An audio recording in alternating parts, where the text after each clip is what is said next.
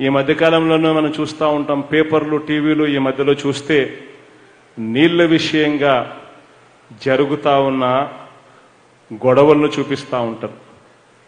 ఇదే విషయాన్ని ఒకసారి చెప్పాలి.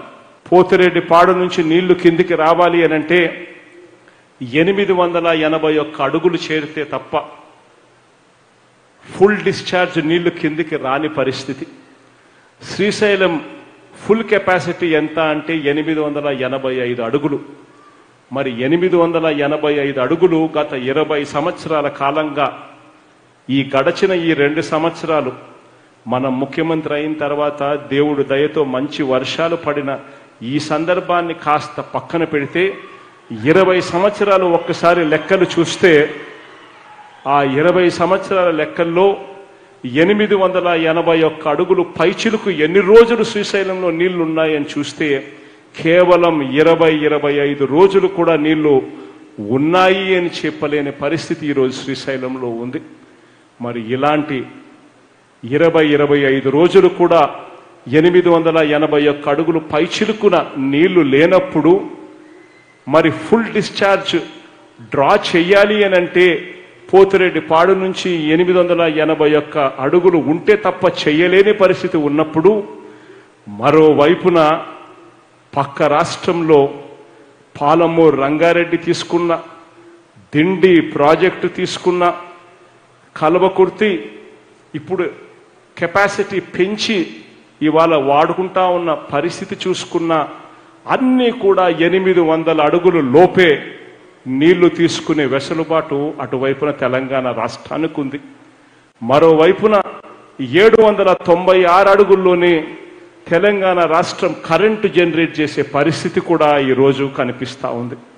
మరి ఇలాంటప్పుడు మీరేమో 800 అడుగులు లోపులోనే మీకు కేటాయింపు చేసిన నీటిని మీరు వాడుకుంటే తప్పు లేనప్పుడు మరి మేము 881 అడుగులు పోతే తప్ప నీళ్లు వాడుకోలేని పరిస్థితి మాకు కనిపిస్తా ఉన్నప్పుడు అదే 800 అడుగుల్లో మేము కూడా రాయలసీమ లిఫ్ట్ పెట్టి మాకు కేటాయింపులు చేసిన నీళ్లను, మా హక్కుగా మాకిచ్చిన నీళ్లను మేము వాడుకుంటే తప్పేముంది అని చెప్పి ఈ సందర్భంగా నేను ప్రతి పాలకుడికి చెప్తా ఉన్నా. వైఎస్ఆర్ కాంగ్రెస్ పార్టీ కానీ జగన్ కానీ ఈరోజు కోరుకునేది ఒకటే, ఏ ఒక్క పక్క రాష్ట్రంతో కూడా మాకు విభేదాలు వద్దు, ఏ ఒక్క పక్క రాష్ట్రంతో అయినా కూడా మాకు సత్సంబంధాలు ఉండాలనే కోరుకుంటాం.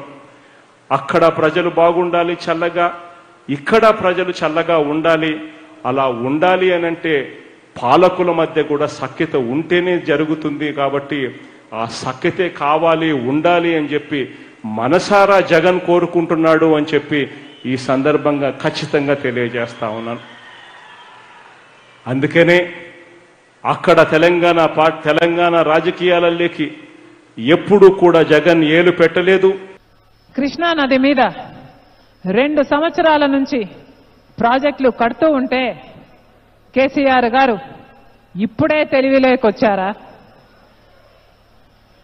పక్క రాష్ట్ర ముఖ్యమంత్రిని ఇంటికి ఆహ్వానించవచ్చు, కౌగలించుకోవచ్చు, భోజనాలు పెట్టచ్చు, స్వీట్లు కూడా తినిపించవచ్చు. ఇద్దరూ కలిసి ఉమ్మడి శత్రువును ఓడించను వచ్చు. కానీ 2 నిమిషాలు కూర్చొని నీటి పంచాయతీని మాట్లాడుకోలేరా?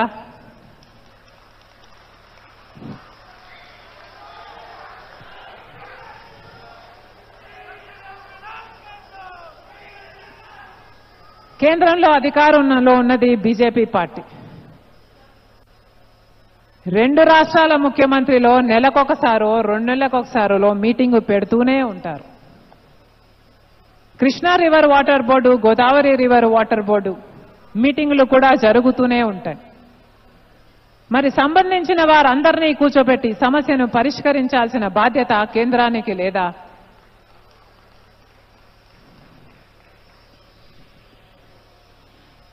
అసలు సమస్యను పరిష్కరించే ప్రయత్నం కూడా చేయకుంటే వీళ్లకు సమస్యను పరిష్కరించాలి అన్న చిత్తశుద్ధి ఉంది అని ఎలా నమ్మటం? అందరూ అన్ని పార్టీలు ఒకే తాను ముక్కలు కాదా? రాష్ట్రాలుగా విడిపోయాము, అన్నతమ్ములుగా కలిసే ఉందాము అని కదా అనుకున్నాం. మరి సమస్యను సామరస్యంగా పరిష్కరించుకోవాల్సిన బాధ్యత మీకు లేదా, లేక చేత కాదా?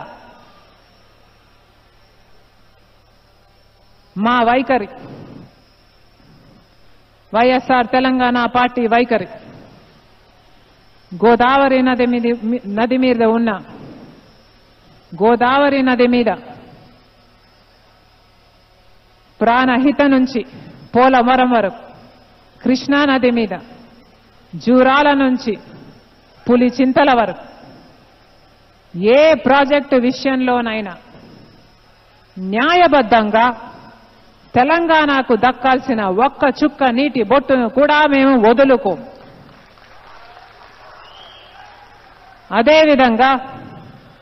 అదేవిధంగా ఇతర ప్రాంతాలకు చెందాల్సిన ఒక్క చుక్క నీటి బొట్టును కూడా మేము అడ్డుకోము. సమన్యాయం జరగాలి అన్నదే వైఎస్ఆర్ తెలంగాణ పార్టీ సిద్ధాంతం.